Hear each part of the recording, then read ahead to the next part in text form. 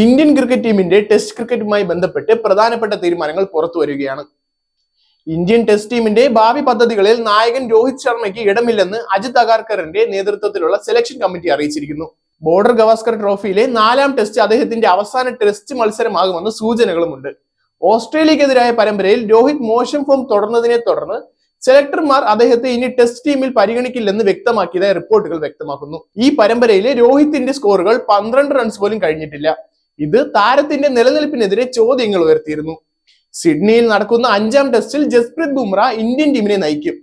Rohit Sharma Sydney ടെസ്റ്റിൽ നിന്ന് സ്വമേധയായി പിന്തിരിഞ്ഞുവെന്ന് ബുംറ വ്യക്തമാക്കിയിട്ടുണ്ട്. ടീം ഐക്യവും ഉച്ചസ്ഥിരതയും കാത്തു സൂക്ഷിക്കാൻ ഇതൊരു മാതൃകാപരമായ നടപടിയാണെന്നും അദ്ദേഹം കൂട്ടിച്ചേർത്തു. വിരാട് കോഹ്ലിയുടെയും ഭാവി പങ്കാളിത്തത്തെക്കുറിച്ച് സെലക്ഷൻ കമ്മിറ്റിയും താരവും തമ്മിൽ ചർച്ചകൾ നടത്താൻ സാധ്യതയുണ്ട്. ഓഫ് സ്റ്റമ്പിനെ പുറത്തെ പന്തുകൾ കൈകാര്യം ചെയ്യുന്നതിലെ താരത്തിന്റെ ദൗർബല്യമാണ് ഇപ്പോഴത്തെ പ്രധാന ആശങ്ക.